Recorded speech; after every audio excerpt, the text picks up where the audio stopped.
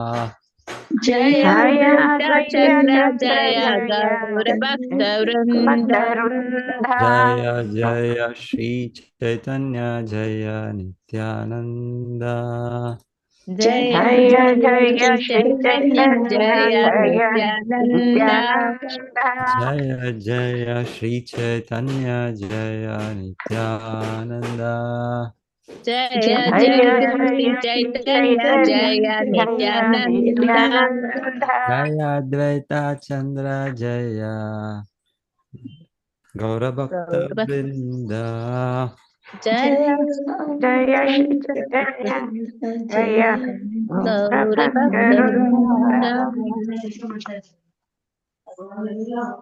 ಇವತ್ತು ಶ್ರೀ ನಿತ್ಯಾನಂದ ಪ್ರಭು ಅವರ ಅವತರಿಸಿದ ದಿವಸ.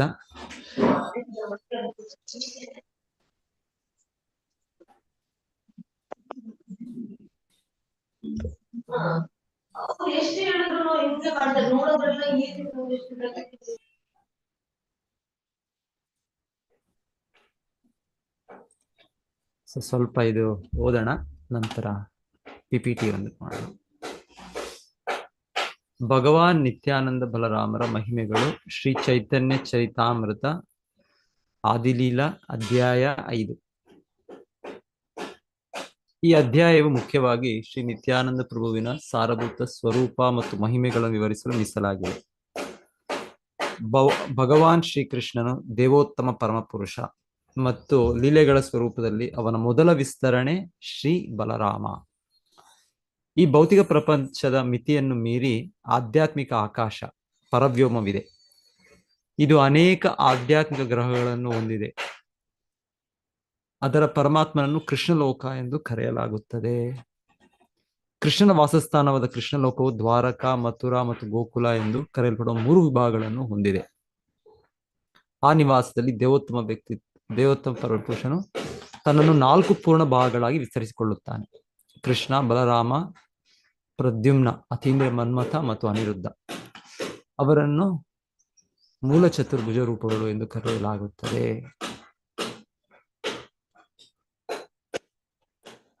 ಕೃಷ್ಣಲೋಕದಲ್ಲಿ ಶ್ವೇತದ್ವೀಪ ಅಥವಾ ವೃಂದಾವನ ಎಂದು ಕರೆಯಲ್ಪಡುವ ಒಂದು ಅಲೌಕಿಕ ಸ್ಥಳವಿದೆ. ಆಧ್ಯಾತ್ಮಿಕ ಆಕಾಶದಲ್ಲಿ ಕೃಷ್ಣಲೋಕದ ಕೆಳಗೆ ವೈಕುಂಠ ಗ್ರಹಗಳಿವೆ. ಪ್ರತಿಯೊಂದು ವೈಕುಂಠ ಗ್ರಹದಲ್ಲಿಯೂ ಮೊದಲ ಚತುರ್ಭುಜ ಅಭಿವ್ಯಕ್ತಿಯಿಂದ ವಿಸ್ತರಿಸಲ್ಪಟ್ಟ 4 ಕೈಗಳನ್ನು ಹೊಂದಿರುವ ನಾರಾಯಣನಿದ್ದಾನೆ.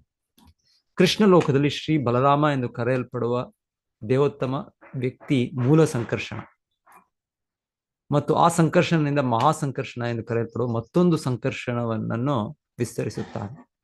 ಅವರು ವೈಕುಂಠ ಗ್ರಹಗಳಲ್ಲಿ ಒಂದರಲ್ಲಿ ವಾಸಿಸುತ್ತಾರೆ. ತನ್ನ ಆಂತರಿಕ ಶಕ್ತಿಯಿಂದ ಮಹಾಸಂಕರ್ಷಣನು ಆಧ್ಯಾತ್ಮಿಕ ಆಕಾಶದಲ್ಲಿ ಎಲ್ಲ ಗ್ರಹಗಳ ಅಲೌಕಿಕ ಅಸ್ತಿತ್ವವನ್ನು ಕಾಪಾಡುತ್ತಾರೆ. ಅಲ್ಲಿ ಎಲ್ಲ ಜೀವಿಗಳು ಶಾಶ್ವತವಾಗಿ ಮುಕ್ತ ಆತ್ಮಗಳು.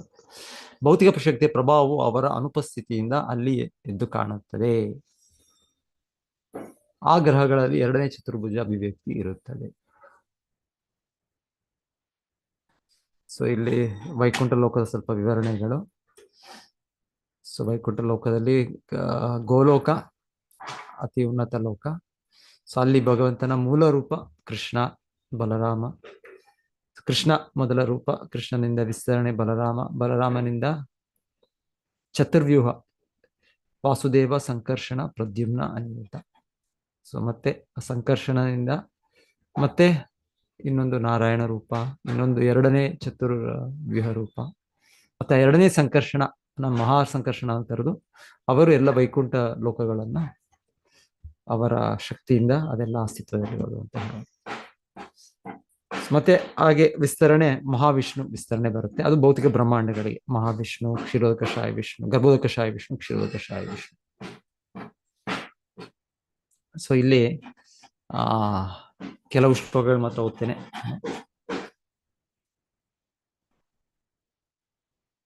ವಂದೇ ಅನಂತಾದ್ಭುತ ಐಶ್ವರ್ಯಂ ಶ್ರೀ ನಿತ್ಯಾನಂದಮೀಶ್ವರಂ ಯಸ್ಯೇಚ್ಛಯಾ ತತ್ಸ್ವರೂಪಂ ಅಗ್ನೇನಾಪಿ ನಿರೂಪ್ಯತೆ. ಇದರ ಅರ್ಥ ಹೀಗಿದೆ: ದೇವೋತ್ತಮ ಪರಮಪುರುಷ ಅವನ ಐಶ್ವರ್ಯ ಅದ್ಭುತ ಮತ್ತು ಅಪರಿಮಿತ. ಅವನ ಇಚ್ಛೆಯಿಂದ ಮೂರ್ಖರು ಸಹ ಅವನ ಗುರುತನ್ನು ಅರ್ಥ ಮಾಡಿಕೊಳ್ಳಬಹುದು. ಆ ನಿತ್ಯಾನಂದರಿಗೆ ನಾನು ನನ್ನ ನಮನಗಳನ್ನು ಸಲ್ಲಿಸುತ್ತೇನೆ.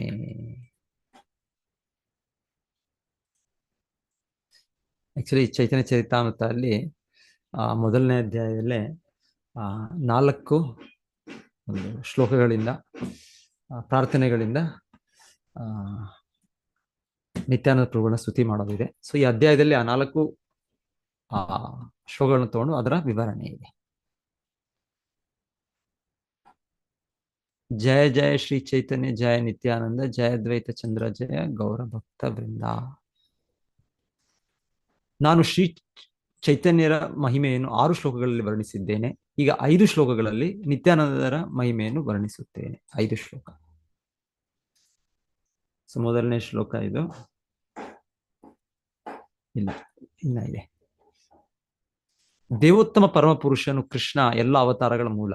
ಭಗವಾನ್ ಬಲರಾಮನು ಅವನ 2ನೇ ದೇಹ. ಈ 2 ಒಂದೇ ಗುರುತು, ಅವು ರೂಪದಲ್ಲಿ ಮಾತ್ರ ಭಿನ್ನವಾಗಿವೆ. ಭಗವಾನ್ ಬಲರಾಮನು ಕೃಷ್ಣನ ಮೊದಲ ವಿಸ್ತರಣೆಯಾಗಿದ್ದು ಅವನು ಶ್ರೀಕೃಷ್ಣ ದಿವ್ಯಲೀಲೆಗಳಲ್ಲಿ ಸಹಾಯ ಮಾಡುತ್ತಾನೆ. ಸೊ ಬಲರಾಮ ಕೃಷ್ಣ ಎಲ್ಲ 100ಕ್ಕೆ 100 ಪಟ್ಟು ಒಂದೇ, ಕೇವಲ ಅವರು ಬಣ್ಣದಲ್ಲಿ ಮಾತ್ರ ಭಿನ್ನ ಅಷ್ಟೇ.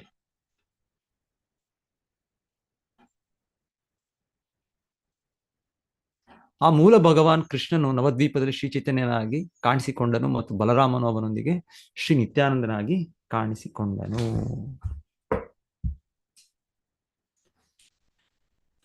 ಸಂಕರ್ಷಣ ಕಾರಣ ಶ್ರೋಯಶಾಯಿ ಗರ್ಭೋದಶಾಯಿ ಚ ಪಯೋಬ್ಧಿಶಾಯಿ ಶೇಷಶ್ಚ ಯಸ್ಯಾಂಶ ಕಲಾ ಸ ನಿತ್ಯಾನಂದಾಖ್ಯ ರಾಮ ಶರಣಂ ಮಮಾಸ್ತು. ಶ್ರೀ ನಿತ್ಯಾನಂದ ರಾಮನು ನನ್ನ ನಿರಂತರ ಸ್ಮರಣೆಯ ಗುರಿಯಾಗಿರಲಿ. ಕಾರಣಸಾಗರ, ಗರ್ಭಸಾಗರ ಮತ್ತು ಕ್ಷೀರಸಾಗರದಲ್ಲಿ ಮೇಲೆ ಮಲಗಿರುವ ಸಂಕರ್ಷಣ, ಶೇಷನಾಗ ಮತ್ತು ವಿಷ್ಣುಗಳು ಅವನ ಪೂರ್ಣ ಭಾಗಗಳು ಮತ್ತು ಅವನ ಪೂರ್ಣ ಭಾಗಗಳ ಭಾಗಗಳು. ಸಂಕರ್ಷಣ ಕಾರಣ ತೋಯಶಾಯಿ ಗರ್ಭೋದಶಾಯಿ ಚ ಪಯೋಬ್ಧಿಶಾಯಿ ಶೇಷಶ್ಚ ಯಸ್ಯಾಂಶ ಕಲಾಸ ನಿತ್ಯ ನಂದಾಖ್ಯ ರಾಮ ಶರಣಂ ಮಮಾಸ್ತು.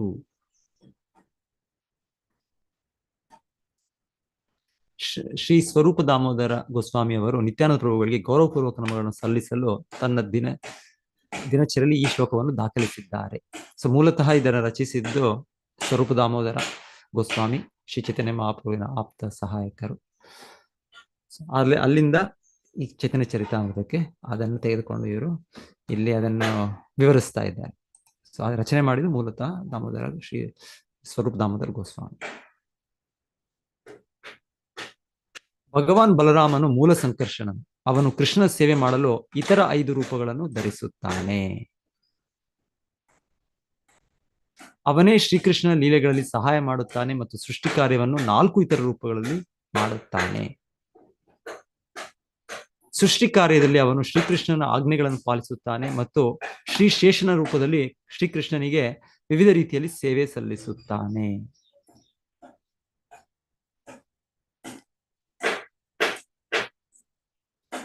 ತಜ್ಞರ ಅಭಿಪ್ರಾಯದ ಪ್ರಕಾರ ಮೂಲ ಚತುರ್ಭುಜ ರೂಪಗಳ ಮುಖ್ಯಸ್ಥನಾಗಿ ಬಲರಾಮನು ಮೂಲ ಸಂಕರ್ಷಣನೂ ಆಗಿದ್ದಾನೆ.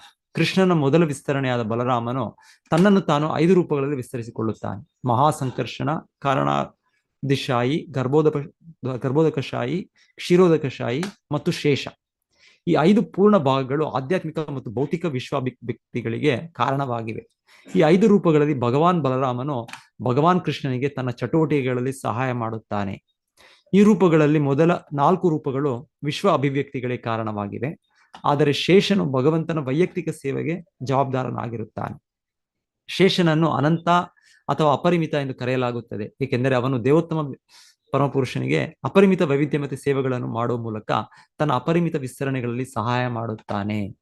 ಶ್ರೀ ಬಲರಾಮನು ಅಸ್ತಿತ್ವ ಮತ್ತು ಜ್ಞಾನದ ಎಲ್ಲ ವ್ಯವಹಾರಗಳಲ್ಲಿ ಶ್ರೀಕೃಷ್ಣನಿಗೆ ಸೇವೆ ಸಲ್ಲಿಸುವ ಸೇವಕ ದೇವೋತ್ತಮ. ಅದೇ ಸೇವಕ ದೇವೋತ್ತಮ ಬಲರಾಮನಾದ ಭಗವಾನ್ ನಿತ್ಯಾನಂದ ಪ್ರಭು ನಿರಂತರ ಸಹವಾಸದಿಂದ ಗೌರಾಂಗನಿಗೆ ಅದೇ ಸೇವೆಯನ್ನು ಮಾಡುತ್ತಾನೆ. ಸೊ ನಿತ್ಯಾನಂದ ಪ್ರಭು ನಿತ್ಯಾನಂದ ಅವರ ತತ್ವ ಅರ್ಥ ಮಾಡಿಸ್ಲಿಕ್ಕೆ ನಮಗೆ ಇಲ್ಲಿ ಹೇಳ್ತಾ ಇರೋದು ಬಲರಾಮನು ಭಗವಾನ್ ವಿಷ್ಣುನೇ, ಕೃಷ್ಣನೇ. ಸೊ ಆದರೆ ಭಗವಂತನಿಗೆ ಅವ್ರು ಸೇವೆ ಮಾಡೋದಕ್ಕೆ ಅವನು ಆ ರೂಪಗಳನ್ನ ಧಾರಣೆ ಮಾಡಿ. ಸೊ ನಾವೆಲ್ಲರೂ ಭಗವಂತನ ನಿತ್ಯ ಸೇವಕರು. ಸೊ ಭಗವಂತನು ಸಹ ಅವನ ವಿಸ್ತರಣೆ ಮೂಲಕ ಅವನ ಸೇವೆ ಮಾಡೋದು ಅವನೇ ತೋರಿಸ್ತಾನೆ, ಮತ್ತೆ ಅವನೇ ನಿರಂತರವಾಗಿ ಮಾಡ್ತಾ ಇದ್ದಾನೆ. ಸೊ ಮೊದಲ ವಿಸ್ತರಣೆ ಬಲರಾಮ. ಸೊ ಬಲರಾಮನಿಂದಲೇ ನಂತರ ಈ ಭೌತಿಕ ಅಸ್ತಿತ್ವದ 3 ವಿಷ್ಣು ಪುರುಷ ಅವತಾರಗಳು, ಹಾಗೆ ಆಧ್ಯಾತ್ಮಿಕ ಲೋಕದಲ್ಲಿರುವ ಮಹಾಸಂಕರ್ಷಣ, ಅವರ ವಿಸ್ತರಣೆ, ಅವರಿಂದ ಆಧ್ಯಾತ್ಮಿಕ ಲೋಕಗಳ ಅಸ್ತಿತ್ವ, ಮತ್ತೆ ಶೇಷ ಇಲ್ಲಿ ಹೇಳ್ತಾ ಇರೋದು. ಸೊ ಎಲ್ಲ ಮಹಾವಿಷ್ಣು, ಗರ್ಭದಕ್ಷ ವಿಷ್ಣು, ಕ್ಷೀರದಕ್ಷ ವಿಷ್ಣು ಎಲ್ಲ ರೂಪದಲ್ಲೂ ಭಗವಂತನು ಆ ಶೇಷನ ಮೇಲೆ ಮಲಗಿರೋದು.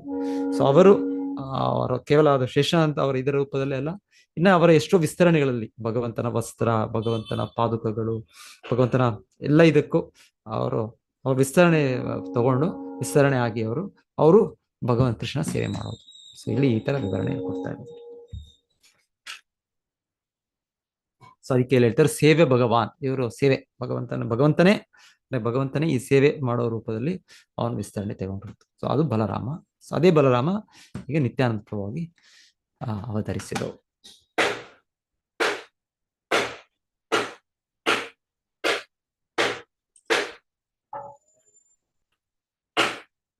ಎಲ್ಲ ರೂಪಗಳಲ್ಲಿಯೂ ಅವನು ಕೃಷ್ಣನ ಸೇವೆ ಮಾಡುವ ದಿವ್ಯ ಆನಂದವನ್ನು ಅನುಭವಿಸುತ್ತಾನೆ. ಅದೇ ಬಲರಾಮನು ಭಗವಾನ್ ಗೌರಸುಂದರನ ಒಡನಾಡಿಯಾದ ಭಗವಾನ್ ನಿತ್ಯಾನಂದ. ಸೊ ಭಗವಂತನೇ ಹಾಗೆ ತನ್ನ ಸೇವೆ ಮಾಡುತ್ತಾ ಅವನೇ ಆ ದಿವ್ಯ ಆನಂದವನ್ನು ಅನುಭವಿಸ್ತಾನೆ. ಸೊ ಭಗವಂತನ ವಿಸ್ತರಣೆಯಾಗಿ ಭಗವಂತನ ಇದು ಭಗವಂತನ ಇದರಲ್ಲಿ ಬೇರೇನೂ ಇದೆ, ಭೇದ ಅಭೇದ. ಸೊ ಒಂದು ರೀತಿ ಹಾಗೆ ಕೂಡ ನೋಡ್ಬೋದು, ಭಗವಾನ್ ಕೃಷ್ಣನಿಂದಲೇ ವಿಸ್ತರಣೆ, ಆದರೆ ವಿಭಿನ್ನವಾಗಿ ಅವರಿದ್ದು ಮತ್ತೆ ಕೃಷ್ಣನ ಸೇವೆ ಮಾಡೋದು.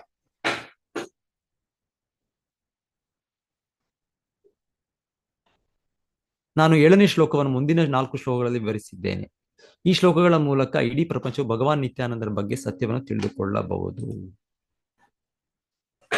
ಮಾಯಾತೀತೆ ವ್ಯಾಪಿ ವೈಕುಂಠ ಲೋಕೆ ಪೂರ್ಣ ಐಶ್ವರ್ಯೇ ಶ್ರೀ ಚತುರ್ವ್ಯೂಹ ಮಧ್ಯೆ ರೂಪಂ ಯಸ್ಯೋದ್ಭಾತಿ ಸಂಕರ್ಷಣಾಖ್ಯಂ ತಂ ಶ್ರೀ ನಿತ್ಯಾನಂದ ರಾಮಂ ಪ್ರಪದ್ಯೆ.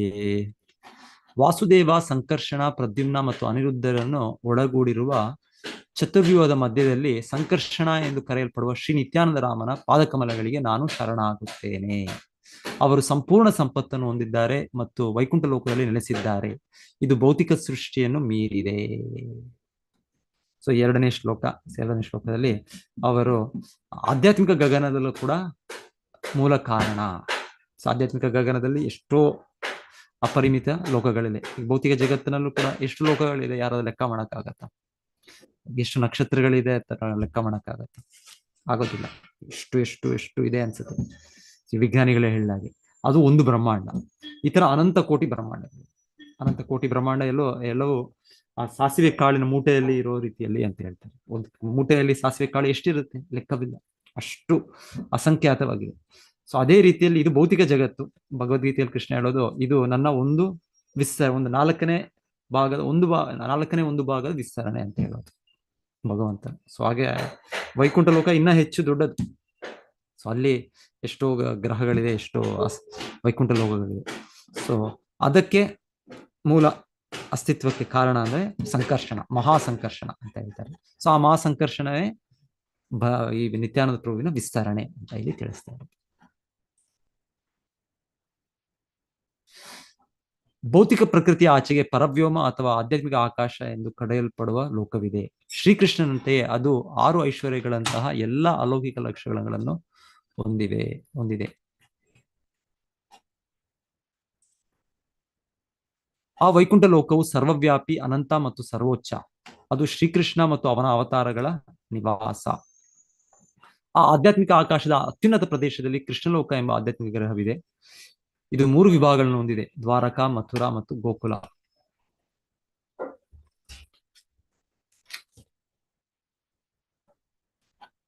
ಸೊ ಈಗ ಗೋಲೋಕದ ವಿವರಣೆ ಇಲ್ಲಿ.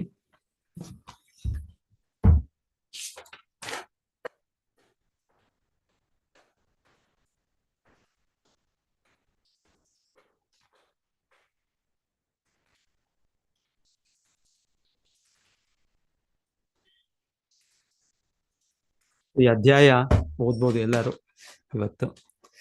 ಈ ಚೈತನ್ಯ ಚರಿತಾಮೃತದ 4ನೇ ಅಧ್ಯಾಯ. ಸೊ ನಾನು ಕೆಲವು ಮಾತ್ರ ಸ್ಟಾರ್ಟ್ ಮಾಡಿದೆ ಅಷ್ಟೇ. ಸೊ ನಿತ್ಯಾನಂದ ಪ್ರಭುಗಳಿಗೆ ಪ್ರಾರ್ಥನೆಗಳಿದೆ ಇಲ್ಲಿ.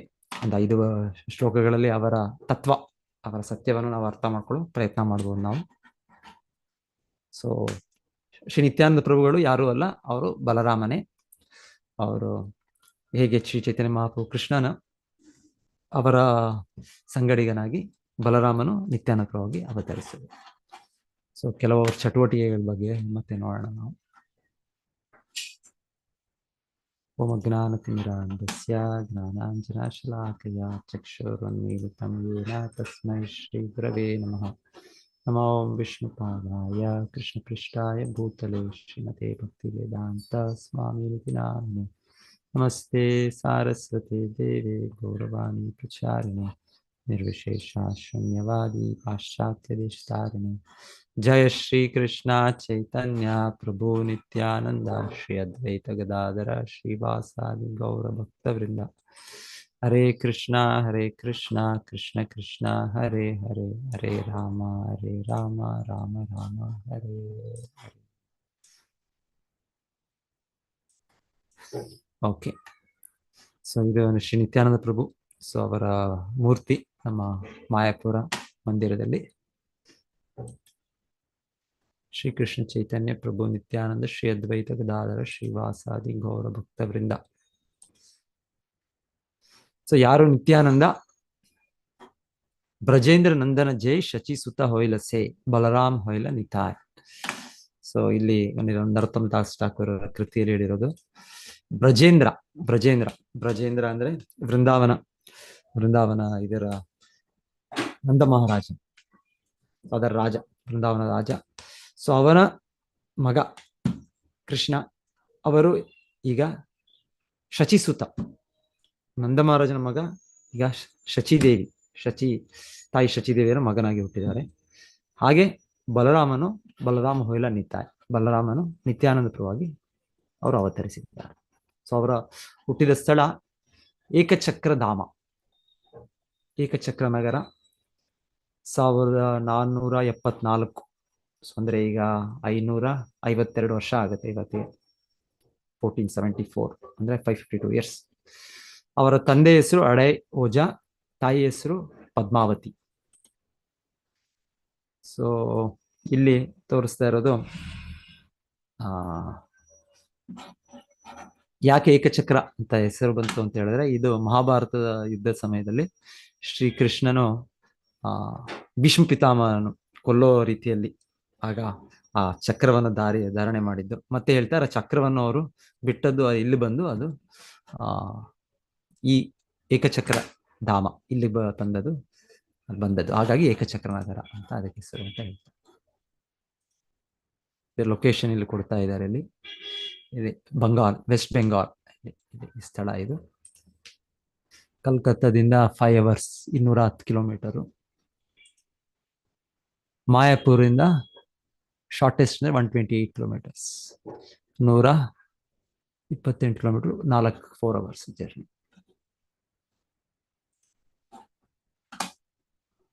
ಸೊ ಇದು ಬಹುಶಃ ನಿತ್ಯಾನಂದ ಪ್ರಭು ಅವರು ಹುಟ್ಟಿದ ಸ್ಥಳ ಅಂತ ಅನ್ಕೊಳ್ತೇನೆ ನಾನು.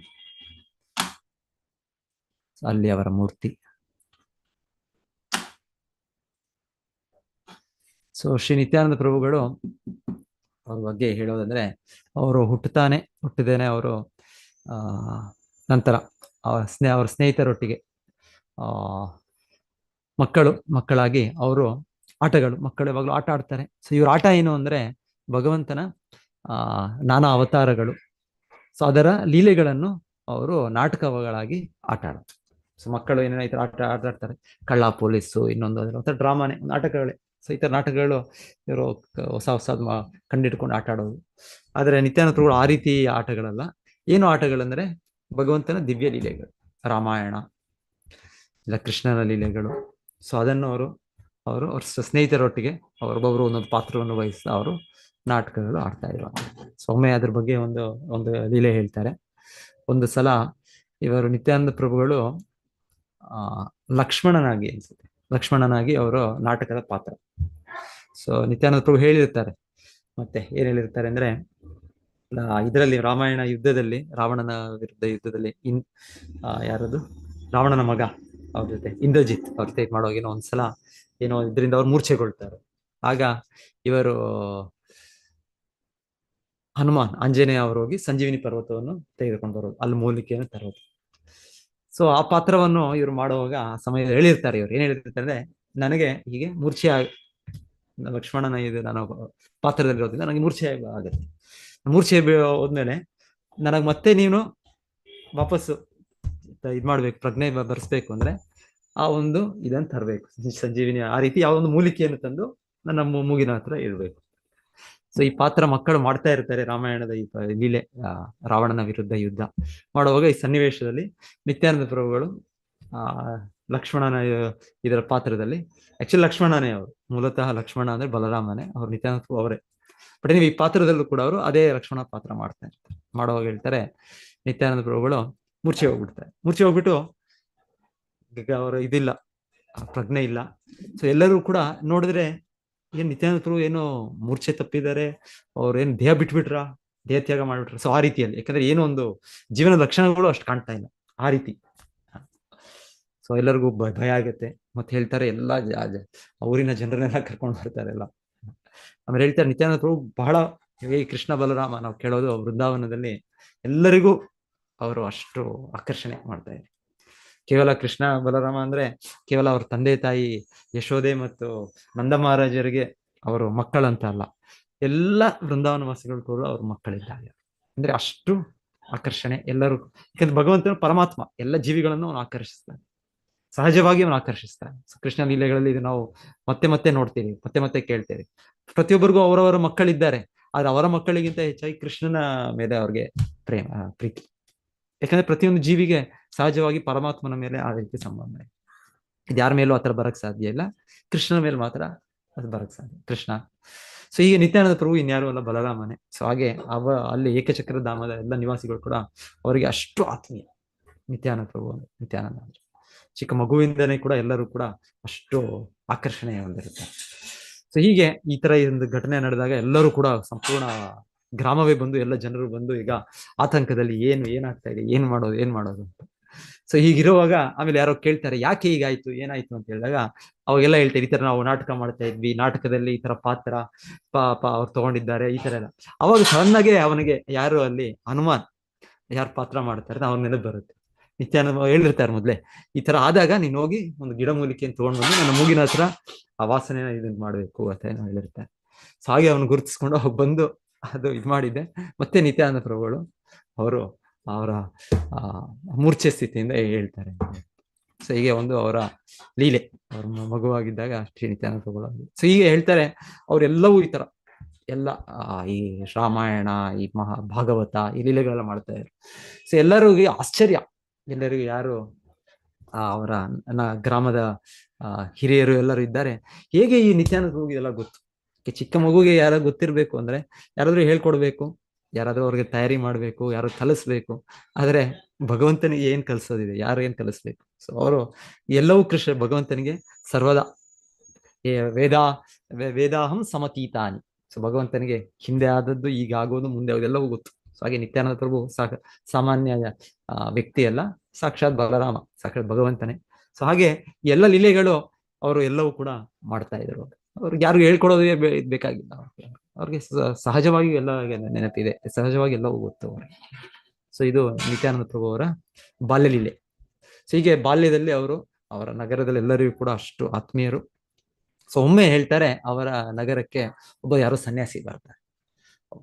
ಅವ್ರು ಬಂದು ಅವರಿಗೆ ಅವರ ತಂದೆ ಬಹಳ ಅತಿಥಿ ಆಗಿ ಅವ್ರನ್ನ ಸತ್ಕರಿಸಿ ಮತ್ತೆ ಅವ್ರಿಗೆ ಪ್ರಸಾದ ಇದೆಲ್ಲ ಕೊಟ್ಟು ಮತ್ತೆ ಹೇಳ್ತಾರೆ ಆ ರಾತ್ರಿ ಅಲ್ಲೇ ಅವ್ರ ನಿತ್ಯಾನಂದ ಪ್ರಭು ಮನೆಯಲ್ಲೇ ಇರ್ತಾರೆ. ಮರು ದಿವಸ ಅವರು ಒಂದು ಇದು ಕೇಳ್ತಾರೆ, ಭಿಕ್ಷೆ ಕೇಳ್ತಾರೆ. ಸೊ ಹಿಂದೆ ಸನ್ಯಾಸಿಗಳು ಕೇಳ್ತಾ ಇದ್ರು, ಗೃಹಸ್ಥರಿಗೆ ಭಿಕ್ಷೆ ಕೇಳ್ತಾ ಇದ್ರು. ಇವಾಗ ಕೇಳೋ ಭಿಕ್ಷೆ ಏನು ಅಂದ್ರೆ, ನನಗೆ ಯಾರು ಸಹಾಯಕರಿಲ್ಲ. ಸಾಮಾನ್ಯವಾಗಿ ಸನ್ಯಾಸಿ ಅಂದ್ರೆ ಅವ್ರ ಜೊತೆಗೆ ಒಬ್ರು ಸಹಾಯಕರಿರ್ತಾರೆ, ಒಬ್ಬ ಬ್ರಹ್ಮಚಾರಿ ಯಾರು ಅವ್ರ ಶಿಷ್ಯರು ಇರ್ತಾರೆ ಸಹಾಯಕರು. ಸೊ ಹಾಗೆ ಯಾರು ಹೇಳ್ತಾರೆ, ನಿನ್ನ ಮಗನನ್ನು ನನ್ನ ಸಹಾಯಕನಾಗಿ ಕೊಡು ಅಂತ ಹೇಳ್ತಾರೆ.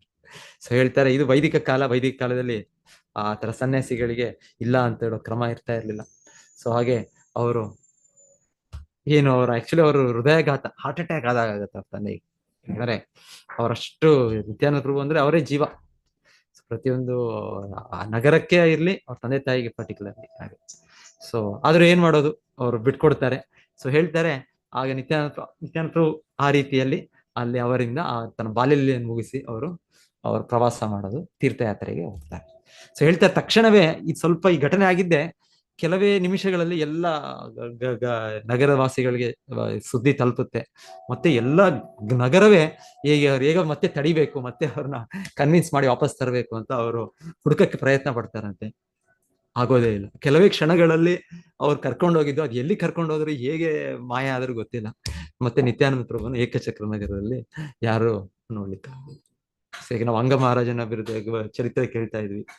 ಸೊ ಅವರಿಗೆ ಆತರ ಇರುವಾಗ ಇನ್ನು ಭಗವಂತನು ನಿತ್ಯಾನಂದ ಪ್ರಭು ಅವ್ರಿಗೆ ಯಾರು ಹಿಡಿಲಿಕ್ಕೆ ಆಗುತ್ತೆ. ಸೊ ಅವರ ಸಂಕಲ್ಪ ಇನ್ನು ಅವರ ಬಾಲ್ಯದಲ್ಲೇ ಮುಗಿದು ಮತ್ತೆ ಅವ್ರ ಮುಂದಿನ ಚಟುವಟಿಕೆಗಳಿಗೆ ಅವರಲ್ಲಿಂದ ಅವ್ರ ಸನ್ಯಾಸಿ ಯಾರು ಬಂದಿರ್ತಾರೆ ಅವ್ರ ಜೊತೆಗೆ ಅವರು ಹೋಗ್ಬಿಡ್ತಾರೆ. ಸೊ ಹೇಳ್ತಾರೆ, ಹಾಗೆ ಅವರು ಆ ಸಮಯದಲ್ಲಿ ಎಲ್ಲ ತೀರ್ಥಕ್ಷೇತ್ರಗಳನ್ನ ಅವರು ನೋಡ್ತಾರೆ. ಭಾರತಾದ್ಯಂತ ಅವರು ಎಲ್ಲ ಪ್ರವಾಸ ಮಾಡ್ತಾರೆ. ಗಯಾದಿಂದ ಪ್ರಾರಂಭ ಮಾಡ್ತಾರೆ ಅಂತ ಹೇಳ್ತಾರೆ. ಮತ್ತೆ ವೃಂದಾವನ, ಮತ್ತೆ ಪಂಢರಪುರ್, ಸೊ ದಕ್ಷಿಣ ಭಾರತ ಕೂಡ ಬಂದಿರ್ತಾರೆ.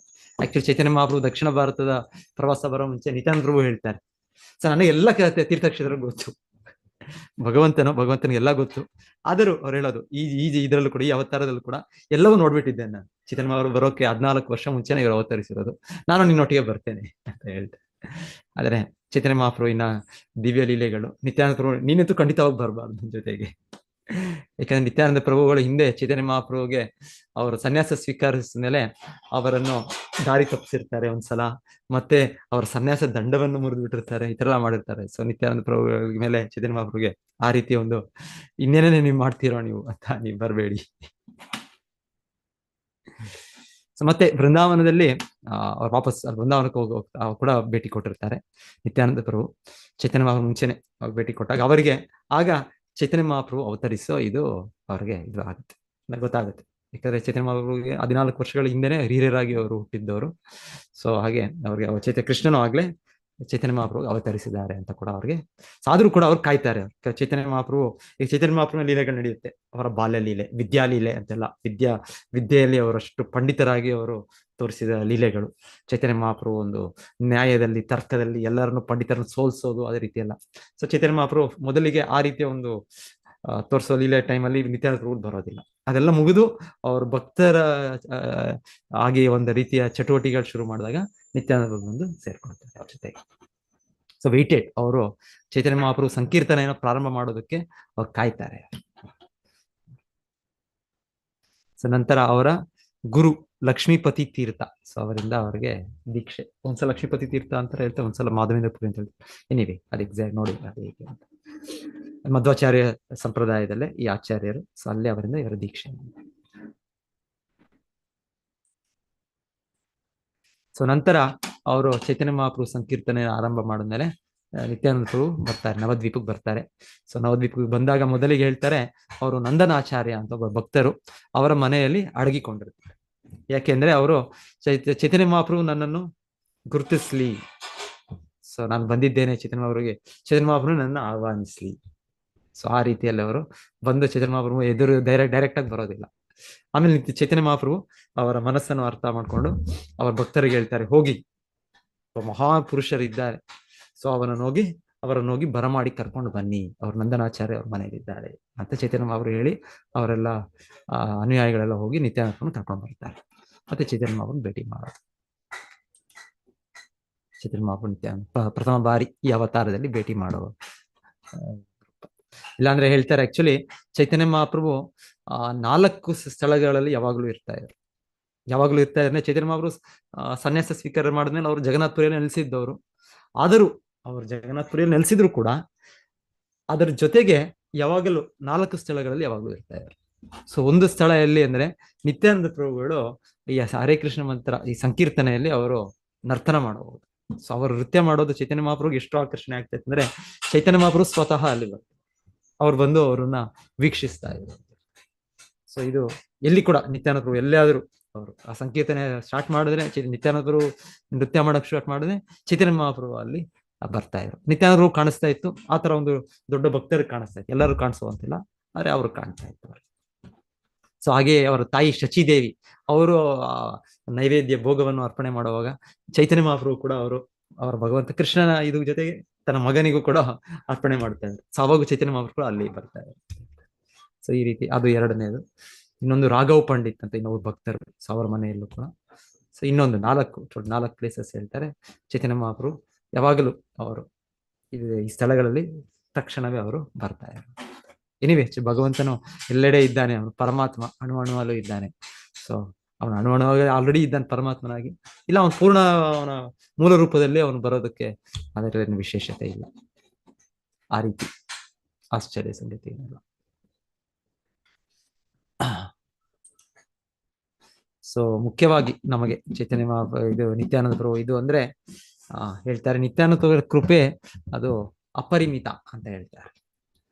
ನಿತ್ಯಾನಂದ ಪ್ರಭುಸ್ ಮರ್ಸಿ ಇಸ್ ಅನ್ಲಿಮಿಟೆಡ್ ಅಂತ ಹೇಳ್ತಾರೆ. ಸೊ ಹಾಗೆ ಎಲ್ಲ ಅವತಾರಗಳಲ್ಲಿ ಸಭಾ ಅವತಾರ ಸಾರ ಶಿರೋಮಣಿ ನಿತಾಯ್ ಗೌರ ಚಾಂದ್ರ. ಸೊ ಹೇಳೋದು ಭಗವಂತನ ಎಲ್ಲ ಅವತಾರಗಳು ಕರುಣಾಮಯಿ, ಯಾವ ಅವತಾರ ಕರುಣಾಮಯಿ ಇಲ್ಲ. ಸೊ ಭಗವಂತನ ದಿವ್ಯ ಗುಣ ಅದು ಕರುಣೆ ಅನ್ನೋದು. ಆದ್ರೆ ಅದರಲ್ಲೂ ಕೂಡ ಹೈಯೆಸ್ಟ್ ಉತ್ತಮವಾದ ಇದರಲ್ಲಿ ಭಗವಂತನ ತೋರಿಸೋದು ಅಂದ್ರೆ ಈಗ ಚೈತನ್ಯ ಮಹಾಪ್ರಭು ಮತ್ತೆ ನಿತ್ಯಾನಂದ ಪ್ರಭು. ಸೊ ಇದರಲ್ಲಿ ಅವರು ಕರುಣೆ, ಅವರ ಕೃಪೆ ಅವರು ತೋರಿಸೋದು. ಇದಕ್ಕೆ ಇನ್ನೊಂದು ಅವತಾರದಲ್ಲಿ ಅದರ ಇದಿಲ್ಲ. ಸೊ ಹಾಗೆ ಈ ಜಗಾಯ್ ಮದಾಯ್ ಇದರಲ್ಲಿ ನಾವು ನೋಡೋದು, ಈ ಚೈತನ್ಯ ಮಹಾಪ್ರಭು ಸಂಕೀರ್ತನೆ ಇದನ್ನು ಆರಂಭಿಸಿದ ಮೇಲೆ ಅವರು ಪ್ರಚಾರಕ್ಕೆ ಕಳಿಸ್ತಾ ಇರ್ತಾರೆ. ಪ್ರತಿ ದಿವಸ ಯಾರಾದರೂ ಒಬ್ರು ಪ್ರತಿ ಭಕ್ತರು ಹೋಗಿ ಪ್ರಚಾರ ಮಾಡಬೇಕು. ಸೊ ಹೀಗೆ ನಿತ್ಯಾನಂದ ಪ್ರಭು ಮತ್ತೆ ಹರಿದಾಸ್ ಠಾಕೂರರು, ಸೊ ಇಬ್ಬರು ಒಂದು ಟೀಮ್. ಸೊ ಅವರು ಹೋಗಿ ಇಬ್ಬರು ವ್ಯಕ್ತಿಗಳು ಜಗಾಯ್ ಮದಾಯ್ ಅಂದ್ರೆ ಇವರು ಒಳ್ಳೆ ಮನತನದಲ್ಲಿ ಹುಟ್ಟಿದ್ದು, ಆದ ನಂತರ ಅವರ ಒಂದು ಕೆಟ್ಟ ಸಂಘದಿಂದ ಅವರು ಕಳ್ಳರು, ದರೋಡೆಕೋರರು, ಗೂಂಡ ಎಲ್ಲ ಪಾಪ ಕಾರ್ಯಗಳಲ್ಲಿ ತೊಡಗಿದವರು. ಸೊ ಮತ್ತೆ ಕುಡುಕರು. ಸೊ ಹೀಗೆ ಹೇಳ್ತಾರೆ ಅವರು ನಿತ್ಯಾನಂದ ಪ್ರಭು ಹರಿದಾಸ್ ಠಾಕೂರರು ಸೊ ಇವರನ್ನು ಮೊದಲು ಉದ್ಧಾರಿಸೋಣ ಅಂತ ಅವರು ಹೋಗೋದು. ಸೊ ಮೊದಲ ದಿವಸ ನಿತ್ಯಾನಂದ ಪ್ರಭು ಅವ್ರಿಗೆ ಮನವಿ ಮಾಡಿದಾಗ ಅವರು ನಿತ್ಯಾನಂದ ಪ್ರಭು ಮತ್ತು ಹರಿದಾಸ್ ಠಾಕೂರ ಹಿಂದೆನೆ ಬೆನ್ನಟ್ಟಿ ಬರ್ತಾರೆ. ಸೊ ಅದಕ್ಕೆ ಚೈತನ್ಯ ಮಹಾಪ್ರಭು ವಿಷಯ ತಿಳಿದ ಮೇಲೆ ಚೈತನ್ಯ ಮಹಾಪ್ರಭು ಸಂತೋಷ ಆಗುತ್ತೆ. ಮತ್ತೆ ಎರಡನೇ ದಿವಸ ಮರು ದಿವಸ ಕೂಡ ಅವರು ಅವರ ಹಿಂದೆ ಬೀಳ್ತಾರೆ. ಮತ್ತೆ ಅವ್ರಿಗೆ ನೀವು ಹರೇ ಕೃಷ್ಣ ಮತ್ತೆ ಜಪಿಸಿ, ನೀವು ಭಕ್ತರಾಗಿ ನೀವು ಈ ಪಾಪ ಕಾರ್ಯಗಳನ್ನು ಬಿಟ್ಟುಬಿಡಿ ಸೇರಿ ಅವ್ರಿಗೆ ಬೋಧನೆ ಮಾಡಕ್ ಹೋಗ್ತಾರೆ. ಸೊ ಆಗ ಇಲ್ಲಿ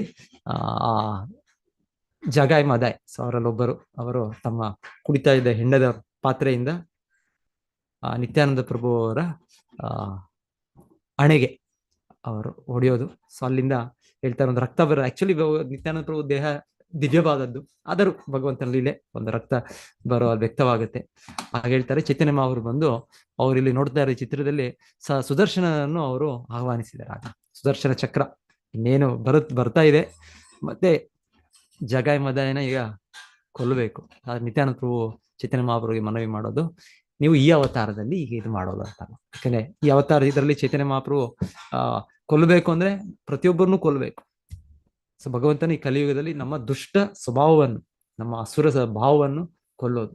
ಸೊ ಹಾಗಾಗಿ ಈ ಅವತಾರದಲ್ಲಿ ಭಗವಂತನು ಆ ಅಸುರ ಭಾವವನ್ನು ಕೊಲ್ತಾ ನಮ್ಮನ್ನು ಉದ್ಧರಿಸೋದು. ಸೊ ನಿತ್ಯಾನಂದ ಪ್ರಭು ಚೈತನ್ಯ ಮಹಾಪ್ರಭುಗೆ ಗುರುತಿಸಿ ಕೊಟ್ಟು ಅವರು ಅದನ್ನ ನಿಲ್ಲಿಸ್ತಾರೆ. ಅದು ಮತ್ತೆ ಇವರಿಬ್ಬರು ಜಗಾಯ್ ಮದಾಯ್ ಇವರು ಉನ್ನತ ಭಕ್ತರಾಗ್ತಾರೆ ಇವರು. ಸೊ ಶ್ರೀಲ ಪ್ರಭುಪಾದರು ಹೇಳೋದು ಹಾಗೆ ಶ್ರೀ ಚೈತನ್ಯ ಮಹಾಪ್ರಭು ನಿತ್ಯಾನಂದ ಕೃಪೆಯಿಂದ ಈ ಕೃಷ್ಣ ಪ್ರಜ್ಞೆ ಆಂದೋಲನ ಇದು ನೂರಾರು ಸಾವಿರಾರು ಲಕ್ಷಾಂತರ ಜಗಾಯ್ ಮದಾಯರನ್ನು ಉದ್ಧರಿಸ್ತಾ ಇದೆ. ಸೊ ನಾವೆಲ್ಲವೂ ಹೇಳ್ಬೇಕು ಅಂದ್ರೆ ಈ ರೀತಿಯ ಜಗಾಯ್ ಮದಾಯ್ ಸ್ವಭಾವನೆ ಹೊಂದಿದವರು. ಸೊ ಇದು ನಿತ್ಯಾನಂದ ಪ್ರಭು ಕೃಪೆಯಿಂದ ನಾವು ಉದ್ಧಾರ ಆಗ್ಬಹುದು. ನಾವು ಇಲ್ಲ ಅಂದ್ರೆ ಕಲಿಯುಗ ನಮ್ಮನ್ನು ಹಾಗೆ ಇದು ಮಾಡ್ಬಿಡುತ್ತೆ. ನಮಗೆ ಕಲಿಯುಗನು ಮತ್ತೆ ನಮ್ಮ ಜನ್ಮ ಅಂತ ನಮ್ಮ ಸ್ವಭಾವ ಕೂಡ ನಮ್ಮದ ಕರ್ಮಗಳು ನಮ್ಮನ್ನು ಹಾಗೆ ಕಬಳಿಸ್ಬಿಡುತ್ತೆ. ಆದ್ರೆ ನಿತ್ಯಾನಂದ ಪ್ರಭು ಕೃಪೆಯಿಂದ ನಾವು ಇದರಿಂದ ಹೊರಗೆ ಬರ್ಬೋದು.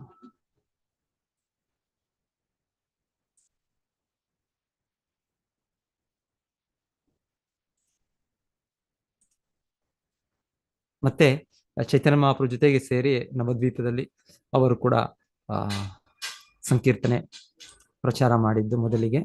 ನಂತರ ಚೈತನ್ಯ ಮಹಾಪ್ರಭು ಸನ್ಯಾಸತ್ವ ಸ್ವೀಕರಿಸಿದ ಮೇಲೆ ಚೈತನ್ಯ ಮಹಾಪ್ರಭುಗಳು ನಿತ್ಯಾನಂದ ಪ್ರಭುಗೆ ಆಜ್ಞಾಪಿಸೋದು, ಈಗ ಚೈತನ್ಯ ಮಹಾಪ್ರಭು ಬಂದು ಜಗನ್ನಾಥಪುರಿ ನೆಲೆಸಿದ್ದಾರೆ.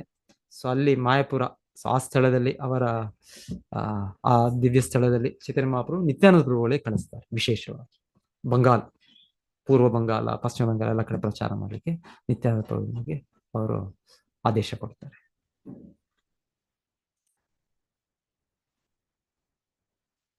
ಸೊ ಚೈತನ್ಯ ಮಹಾಪ್ರಭು ಸನ್ಯಾಸ ತಗೊಂಡ್ಮೇಲೆ, ಆಕ್ಚುಲಿ ಚೈತನ್ಯ ಮಹಾಪ್ರಭು ಸನ್ಯಾಸ ತಗೊಳ್ಳೋ ಸಮಯದಲ್ಲಿ ನಿತ್ಯಾನಂದ ಪ್ರಭುಗಳು ಅವರೊಟ್ಟಿಗೆ ಇರ್ತಾರೆ. ಸೊ ನಂತರ ಚೈತನ್ಯ ಮಹಾಪ್ರಭು ವೃಂದಾವನಕ್ಕೆ ಹೋಗ್ಬೇಕು ಅಂತ.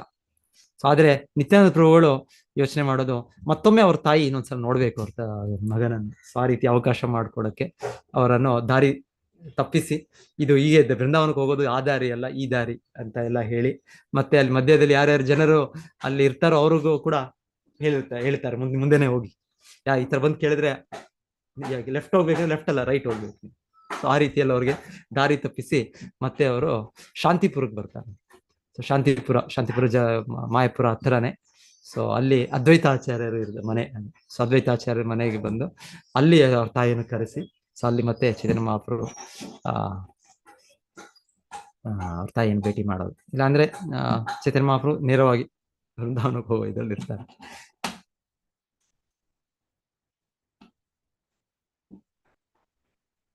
ಸೊ ಇದು ಒಂದು ಲೀಲೆ, ನಿತ್ಯಾನಂದ ಪ್ರಭು ಅದ್ವೈತಾಚಾರ್ಯರ ಲೀಲೆ. ನಿತ್ಯಾನಂದ ಪ್ರಭು ಬಲರಾಮ, ಅದ್ವೈತಾಚಾರ್ಯ ಮಹಾವಿಷ್ಣು. ಸೊ ಶ್ರೀ ಚೈತನ್ಯ ಮಹಾಪ್ರಭು ಲೀಲೆಯಲ್ಲಿ ಅವರು ಅವತರಿಸಿದ್ದು. ಸೊ ಇದೊಂದು ಸನ್ನಿವೇಶದಲ್ಲಿ ಯಾವಾಗಲೂ ಬಹಳ ಸನ್ನಿವೇಶಗಳಲ್ಲಿ ಹೀಗೆ ಅದ್ವೈತಾಚಾರ್ಯ ನಿತ್ಯಾನಂದ ಪ್ರಭು ಇಬ್ರು ಕೂಡ ಸೇರಿ ಚೈತನ್ಯ ಮಹಾಪ್ರಭುಗಿನ ಆನಂದ ಬರೋ ರೀತಿಯಲ್ಲಿ ಅವರು ನಗೆಗಳು. ಸೊ ಹೇಳ್ತಾರೆ ನಿತ್ಯಾನಂದ ಪ್ರಭು ಈ ಸನ್ನಿವೇಶದಲ್ಲಿ ಹೇಳ್ತಾರೆ ಅದ್ವೈತಾಚಾರ್ಯರು ಎಷ್ಟು ಆಹಾರವನ್ನು ಔತಣವನ್ನು ತಯಾರಿ ಮಾಡಿ ಅವ್ರಿಗೆ ಪ್ರಸಾದ ಕೊಟ್ಟಿರ್ತಾರೆ. ಅದು ನಿತ್ಯಾನಂದ ಪ್ರಭು ಹೇಳ್ತಾರೆ, ನನ್ನ ಹೊಟ್ಟೆ ತುಂಬಲೇ ಇಲ್ಲ ನಂದು ಅಂತ ಹೇಳ್ತಾರೆ. ಸೊ ಹಾಗೆ ಅದ್ವೈತಾಚಾರ್ಯರು ಹೇಳ್ತಾರೆ, ಇದು ತೃಪ್ತರಾಗ್ಬೇಕು ಪ್ರತಿಯೊಬ್ಬರು. ಯಾರಾದ್ರೂ ಅತಿಥಿಯಾಗಿ ಹೋದ್ರೆ ಎಲ್ಲಾದ್ರೂ ಹೋದ್ ಕಡೆ ಈ ಎಷ್ಟು ತಿಂದ್ರೆ ತೃಪ್ತಿ ವ್ಯಕ್ತಪಡಿಸ್ಬೇಕು, ಇಷ್ಟು ತಿಂದ್ರು ತೃಪ್ತಿ ಇಲ್ಲ ಅಂತ ಹೇಳಿ. ಸೊ ನಿತ್ಯಾನಂದ ಪ್ರಭು ಇಲ್ಲ, ಇದು ನನ್ನ ಹೊಟ್ಟೆನೂ ತುಂಬಲಿಲ್ಲ, ನನ್ನ ಇದನ್ನು ಕೂಡ ಆಗ್ಲಿಲ್ಲ. ಸೊ ಈ ರೀತಿ ಒಂದು ರೀತಿ. ಮತ್ತೆ ನಿತ್ಯಾನಂದ ಪ್ರಭು ಅವರ ಧಾನ್ಯಗಳನ್ನು ಇವರ ಮೇಲೆ ಹಾಕ್ಬಿಡ್ತಾರೆ, ಅದು ಅದ್ವೈತಾಚಾರ್ಯರ ಮೇಲೆ. ಸೊ ನಿಮಗೆ ಅದ್ವೈತಾಚಾರ್ಯರು ಆಗ ಆನಂದದಿಂದ ಅವ್ರು ನೃತ್ಯ ಮಾಡೋದು, ನಿತ್ಯಾನಂದ ಪ್ರಭುಗಳು ಬಿಸಾಡಿದ್ರಿಂದ ನಾನು ಪರಿಶುದ್ಧನಾದೆ. ಆ ರೀತಿಯಲ್ಲಿ ಮತ್ತೆ ಅವರನ್ನು ಅವಧೂತ ಅಂತ ಕರೀತಾರೆ. ಅವಧೂತ, ನಿಮಗೆ ಕುಲ ಇಲ್ಲ, ಇನ್ನೊಂದಿಲ್ಲ ಅಂತ ನಿತ್ಯಾನಂದ ಪ್ರಭುಗಳಿಗೆ ಅವರ ಅವಹೇಳನ ಮಾಡೋದು.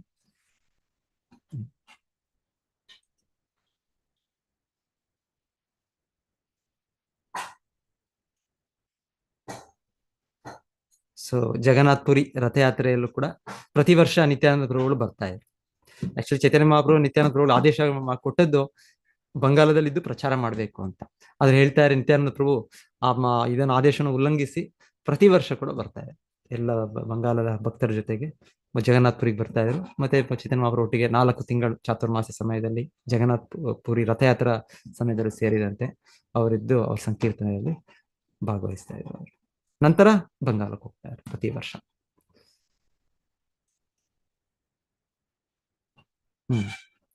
ನಿತ್ಯಾನಂದ ಪ್ರಭುಗಳಿಗೆ ಚೈತನ್ಯ ಮಹಾಪ್ರಭು ಆಜ್ಞಾಪಿಸೋದು ಬಂಗಾಲ ಪ್ರಾಂತ್ಯದಲ್ಲಿ ಪ್ರಚಾರ ಮಾಡಲಿಕ್ಕೆ. ಸೊ ಇದು ಪಾನಿಹಟ್ಟಿ ಲೀಲೆ, ರಘುನಾಥ್ ದಾಸ್ ಗೋಸ್ವಾಮಿ ಅವರನ್ನು ಉದ್ಧರಿಸೋದು. ಸೊ ರಘುನಾಥ್ ದಾಸ್ ಗೋಸ್ವಾಮಿ ಅವರನ್ನು ಉದ್ಧರಿಸೋ ಲೀಲೆಯಲ್ಲಿ ನಮ್ಗೆ ತಿಳಿಯೋದೇನೆಂದ್ರೆ, ನಮಗೆ ಚೈತನ್ಯ ಮಹಾಪ್ರಭು ಲೀಲೆ ಕೃಪೆ ಸಿಗ್ಬೇಕು ಅಂದ್ರೆ ನೇರವಾಗಿ ಸಿಗೋದಿಲ್ಲ, ನಮ್ಗೆ ನಿತ್ಯಾನಂದ ಪ್ರಭುಗಳ ಮೂಲಕ ಸಿಗೋದು ನಮಗೆ. ಸೊ ಚೈತನ್ಯ ಮಹಾಪ್ರಭು ಕೃಪೆ ನಮಗೆ ಮತ್ತೆ ಸಿಕ್ಕಿದ ಮೇಲೆ ನಂತರ ನಮ್ಗೆ ಅವರ ಮೂಲಕ ಶ್ರೀ ರಾಧಾಕೃಷ್ಣರ ಕೃಪೆ ಸಿಗೋದು ನಮಗೆ. ಸೊ ನೇರವಾಗಿ ರಾಧಾಕೃಷ್ಣರ ಕೃಪೆ ಸಿಗೋದಿಲ್ಲ, ಅದು ಚೈತನ್ಯ ಮಹಾಪ್ರಭು ಮೂಲಕ ಸಿಗೋದು. ಚೈತನ್ಯ ಮಹಾಪ್ರಭು ಕೃಪೆ ಕೂಡ ನಮಗೆ ನೇರವಾಗಿ ಸಿಗೋದಿಲ್ಲ, ಅದು ನಿತ್ಯಾನಂದ ಪ್ರಭುಗಳ ಮೂಲಕ ಸಿಗೋದು.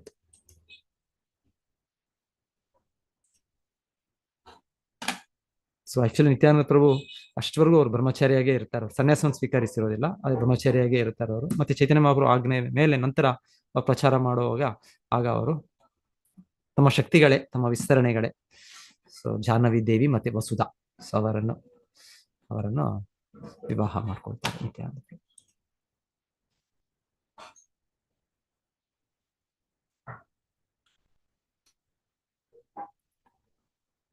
ಸೊ ಬಲರಾಮನ ಯಾವಾಗಲೂ ಸ್ವಭಾವ ಅಂದ್ರೆ ಅವಧೂತ ಅಂತ ಹೇಳ್ತಾರೆ. ಅವಧೂತ ಅಂದ್ರೆ ಸಾಮಾನ್ಯ ರೀತಿಯಲ್ಲಿ ಇರೋದಿಲ್ಲ, ಸ್ವಲ್ಪ ವಿಶೇಷವಾಗಿರುತ್ತೆ ಇವಾಗ ಚಟುವಟಿಕೆ. ಸೊ ಹಾಗೆ ಇಲ್ಲಿ ಅವರು ರೋಮಹರ್ಷಣ ಅನ್ನುವ ನಾವು ನೈಮಿಷಾರಣ್ಯ ಇದರಲ್ಲಿ ಅವರನ್ನು ಕೊಲ್ಲೋ ಒಂದು ಸಂಗತಿ ಬಲರಾಮನು ಇಲ್ಲಿ.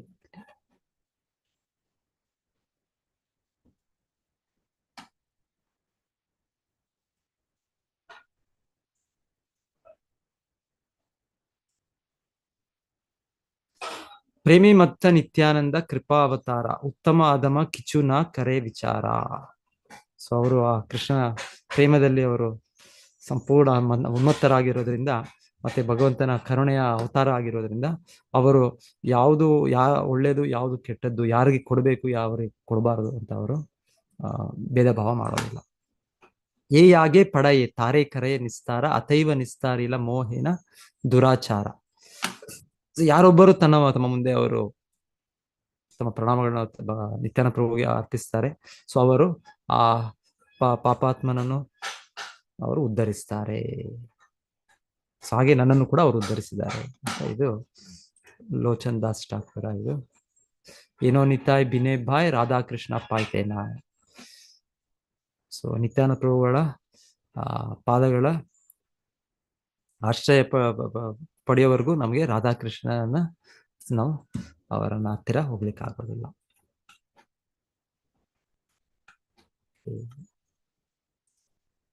ನಿತಾಯ್ ಪದ ಕಮಲ ಕೋಟಿ ಚಂದ್ರ ಸುಶೀತಲ, ಏ ಚಾಯ್ ಜಗತ ಜುರಾಯ್, ಏನೋ ನಿತಾಯ್ ಬಿನೆ ಬಾಯ್ ರಾಧಾಕೃಷ್ಣ ಪಾಯ್ತೇನಾಯ್, ದೃಢ ಕೋರಿ ಧರೋ ನಿತಾಯ್ ಪಾಯ್. ಸೊ ನಿತ್ಯಾನಂದ ಪ್ರಭುಗಳ ದಿವ್ಯ ಪಾದಗಳು ಅದು ನಮಗೆ ನೆರಳನ್ನು ಕೊಡುತ್ತೆ. ಎಂತ ನೆರಳು ಅಂದ್ರೆ ಅಲ್ಲಿ ನಮಗೆ ಚಂದ್ರ ಕಿರಣಗಳು ಹೇಗೆ ನಮಗೆ ರಾತ್ರಿ ಹೊತ್ತಿಗೆ ಅಷ್ಟೊಂದು ತಂಪಾದ ಇದು ಕೊಡುತ್ತೆ, ಹಾಗೆ ಒಂದು ಚಂದ್ರ ಕಿರಣ ಅಂತಲ್ಲ, 1000 ಲಕ್ಷ ಕೋಟಿ ಚಂದ್ರಗಳು, ಕೋಟಿ ಚಂದ್ರ ಸುಶೀತಲ, ಕೋಟಿ ಚಂದ್ರಗಳು ಕೊಡುವ ತಂಪನ್ನು ನಮಗೆ ನಿತ್ಯಾನಂದ ಪ್ರಭುವಿನ ಪಾದಗಳ ನೆರಳು ಆಶ್ರಯ ಕೊಡುತ್ತೆ. ಸೊ ಹಾಗೆ ಪ್ರಭುಪಾದರು ಹೇಳ್ತಾ ಇದ್ದಾರೆ, ಹೀಗೆ ಜಗತ್ತು ಏ ಚಾಯ್ ಜಗತ ಜುರಾಯ್, ಪ್ರಪಂಚ ನೆಮ್ಮದಿ ಸುಖ ಬೇಕು ಅಂದ್ರೆ, ನಿಜವಾದ ಶಾಂತಿ ಬೇಕು ಅಂದ್ರೆ ಅವರು ನಿತ್ಯಾನಂದ ಪ್ರಭು ಅವರ ಆಶ್ರಯವನ್ನು ಪಡಿಬೇಕು. ಏ ಚಾಯ್ ಜಗತ ಜುರಾಯ್, ಅವರ ನೆರಳದ ಆಶ್ರಯ ಪಡಿಬೇಕು. ಏನೋ ನಿತಾಯ್ ಬಿನೆ ಬಾಯ್ ರಾಧಾಕೃಷ್ಣ ಪಾಯ್ತೇನಾಯ್. ಸೊ ನಿತ್ಯಾನಂದ ಪ್ರಭು ಕೃಪೆ ಇಲ್ಲದೆ ರಾಧಾಕೃಷ್ಣ ಅವ್ರ ಕೃಪೆ ಪಡೆಯಕ್ಕೆ ಸಾಧ್ಯ ಇಲ್ಲ. ಹಾಗಾಗಿ ದೃಢ ಕೋರಿ ಧರೋ ನಿತಾಯ್ ಪಾಯ್, ಹಾಗೆ ದೃಢವಾಗಿ ನಾವು ನಿತ್ಯಾನಂದ ಪ್ರಭುಗಳ ಪಾದಗಳನ್ನು ಗಟ್ಟಿಯಾಗಿಟ್ಕೊಳ್ಬೇಕು.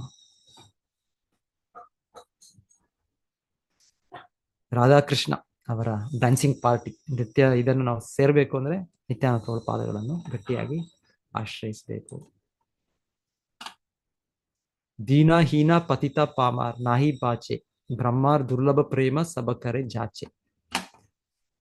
ಸೊ ನಿತ್ಯಾನಂದ ಪ್ರಭುಗಳು ಎಲ್ಲರಿಗೂ ಆ ದಿವ್ಯ ಪ್ರೇಮವನ್ನು, ಬ್ರಹ್ಮದೇವರಿಗೂ ಅಷ್ಟು ಸುಲಭ ಅಲ್ಲ ಅದನ್ನು ಪಡೆಯೋದು. ಅದನ್ನು ಅವರು ಎಲ್ಲ ಪತಿತಾತ್ಮರಿಗೂ ಕೂಡ ಯಾರು ಇಚ್ಛಿಸಿದ್ರು ಅವರಿಗೆ ಅವ್ರು ಕೊಡ್ತಾ ಇದ್ದಾರೆ, ಈಗಲೂ ಕೂಡ ಕೊಡ್ತಾ ಇದ್ದಾರೆ.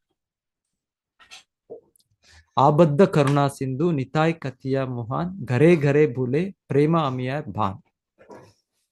ಸೊ ಹೇಳ್ತಾರೆ ಪ್ರೇಮ ನಿಧಿ, ಹೀಗೆ ಇದು ಸಾಗರವಿದ್ದಂತೆ ಕರುಣೆ, ಭಗವಂತನ ಕರುಣೆ ಇದು ಆದರೆ ಅದು ಏನಾಗಿತ್ತು, ಅದನ್ನ ಲಾಕ್ ಮಾಡಿ, ಹೇಗೆ ಒಂದು ಡ್ಯಾಮ್ ಇನ್ನೊಂದು ಇದು ಮಾಡಿದಾಗ ಅದನ್ನ ಎಲ್ಲ ಗೇಟ್ಸ್ ಎಲ್ಲ ಹಾಕಿ ರಕ್ಷಣೆ ಮಾಡಿರ್ತಾರೆ. ಅದು ನಿತ್ಯಾನಂದ ಪ್ರಭು ಅದರಲ್ಲಿ ಒಂದು ಚಾನಲ್, ಅದರಲ್ಲಿ ಒಂದು ಕಾಲುವೆಯನ್ನು ಅವರು ತೋಡಿದ್ರು. ಸೊ ಅದರಿಂದ ಎಲ್ಲ ಒಂದೇ ಕಡೆಯಲ್ಲಿ ಇದ್ದದ್ದು ಭಗವಂತನ ಪ್ರೇಮ ನಿಧಿ, ಕರುಣಾ ಸಾಗರ ಅದು ಓಪನ್ ಆಯ್ತು. ಮನೆಗೆ ಘರೆ ಬುಲೆ ಪ್ರೇಮ ಅಮಿಯ ಭಾನ್, ಆಬದ್ಧ ಕರುಣಾ ಸಿಂಧು ನಿತಾಯ್ ಕತಿಯ ಮೊಹಾನ್. ಯಾರೇ ದೇಕೆ ತಾರೆ ಕೋಹೆ ದಂತೆ ತೃಣಕ್ ದೋರಿ ಅಮಾರ ಕಿನಿಯ ಲೋಹೋ ಬೋಲೋ ಗೌರಹರಿ. ಸೊ ಅವರು ಪ್ರತಿಯೊಬ್ಬರಿಗೂ ಅವರು ಮನವಿ ಮಾಡೋದು ಅವರ ಇದರಲ್ಲಿ ಹಲ್ಲುಗಳ ಮಧ್ಯೆ ಒಂದು ಇದನ್ನ ಇಟ್ಕೊಂಡು ಸ್ಟ್ರಾ ಅಂದ್ರೆ ತೃಣ, ಒಂದು ಹುಲ್ಲು ಕಡ್ಡಿಯನ್ನು ಇಟ್ಕೊಂಡು ನನ್ನನ್ನು ಖರೀದಿಸಿ. ಹೇಗೆ ಖರೀದಿಸಿ ಅಂದ್ರೆ ಅಮಾರೆ ಕಿನಿಯ ಲೋಹೋ ಬೋಲೋ ಗೌರಹರಿ, ಚೈತನ್ಯ ಮಹಾಪ್ರಭು ಗೌರಹರಿ ಅವರ ಹೆಸರನ್ನು ಅವರನ್ನು ಪೂಜಿಸುತ್ತಾ ನನ್ನನ್ನು ಖರೀದಿಸಿ. ಲೋಚನ್ ಬೋಲೆ ಮೋರ್ ನಿತಾಯ್ ಜೇಬಾ ನ ಬಜಿಲೋ ಜಾನಿಯಾ ಶೂನ್ಯ ಸೇ ಆತ್ಮಗತಿ ಹೋಯ್ಲೋ. ಲೋಚನ್ ದಾಸ್ ಠಾಕೂರ್ ಹೇಳ್ತಾರೆ, ಯಾರು ನಿತ್ಯಾನಂದ ಪ್ರಭು ಅವರನ್ನು ಆರಾಧಿಸಲಿಲ್ವೋ, ಅವರ ಆ ಒಂದು ಅವಕಾಶವನ್ನು ತೆಗೆದುಕೊಳ್ಳಿಲ್ವೋ, ಅವರು ಗೊತ್ತಿದ್ದು ಕೂಡ ಅವರು ಆತ್ಮಹತ್ಯೆ ಮಾಡ್ಕೊಳ್ತಾ ಇದ್ದಾರೆ. ಜಾನಿಯ ಶೂನ್ಯ ಸೇ ಆತ್ಮಗತಿ ಆಯ್ಲೋ. ಮನುಷ್ಯ ಜನ್ಮ ಪಾಯ್ ರಾಧಾಕೃಷ್ಣ ನಾಬಜಿಯ ಜಾನಿಯ ಶೂನ್ಯ ವಿಷಕಾಯ್. ಹೇಳೋದು, ಮನುಷ್ಯ ಜನ್ಮ ಸಿಕ್ಕಿದೆ ನಮ್ಗೆ, ನಾವೀಗ ರಾಧಾಕೃಷ್ಣನ ಆರಾಧಿಸಿಲ್ಲ ಅಂದ್ರೆ ನಾವು ಗೊತ್ತಿದ್ದು ಕೂಡ ವಿಷಯ ವಿಷ. ಸೊ ವಿಷವನ್ನು ಕುಡಿದ್ರೆ ಏನಾಗುತ್ತೆ, ನಮ್ಮ ದೇಹ ಅಂತ್ಯ ಆಗುತ್ತೆ, ಜೀವ ಹೋಗುತ್ತೆ. ಸೊ ಈಗೆಲ್ಲ ಕೇಳ್ತೇವೆ ಸುದ್ದಿ ನ್ಯೂಸಲ್ಲಿ, ಯಾರೋ ವಿಷ ಕೊಟ್ಟು ಅವ್ರನ್ನ ಕೊಂದರು, ಇವ್ರನ್ನ ಕೊಂದರು, ಎಲ್ಲ ಏನೇನೋ ನ್ಯೂಸ್. ಇದೆಲ್ಲ ಪಾಯ್ಸನಿಂಗ್, ವಿಷ ಕೊಟ್ಟು. ಸೊ ಎಲ್ಲ ಇರುತ್ತೆ. ಸೊ ಹೀಗೆ ನಾವು ಈ ಮನುಷ್ಯ ಜನ್ಮದಲ್ಲಿ ರಾಧಾಕೃಷ್ಣ ಅವರನ್ನ ಪೂಜಿಸ್ತಿಲ್ಲ ಅಂದ್ರೆ, ಅವರ ಆಶ್ರಯ ಪಡೆದಿಲ್ಲ ಅಂದ್ರೆ ಜಾನಿಯ ಶೂನ್ಯ ವಿಷಕಾಯ, ನಾವು ತಿಳಿದು ಕೂಡ ವಿಷ ತಗೊಂಡ. ಹಾಗೆ ನಿತ್ಯಾನಂದ ಪ್ರಭು ನಾವು ಪೂಜಿಸಿಲ್ಲ ಅಂದ್ರೆ ಕೂಡ ಆವಾಗಲೂ ಕೂಡ ನಾವು ವಿಷ ತಗೊಂಡಾಗೆ. ಅದರ ಮೂಲಕವೇ ರಾಧಾಕೃಷ್ಣ ಅವರನ್ನು ಪಡೆಯಲಿಕ್ಕೆ ಸಾಧ್ಯ. ಹರೇ ಕೃಷ್ಣ. ಸೊ ಯಾರಾದ್ರೂ ಇನ್ನೇನಾದ್ರೂ ನಿತ್ಯಾನಂದ ಪ್ರಭುಗಳು ಇಲ್ಲಿ ಏನಾದ್ರು ಗುರುತಿಸ್ತೀರಾ, ನೆನಪು ಮಾಡ್ತೀರಾ ಅಂದ್ರೆ ಮಾಡ್ಬೋದು.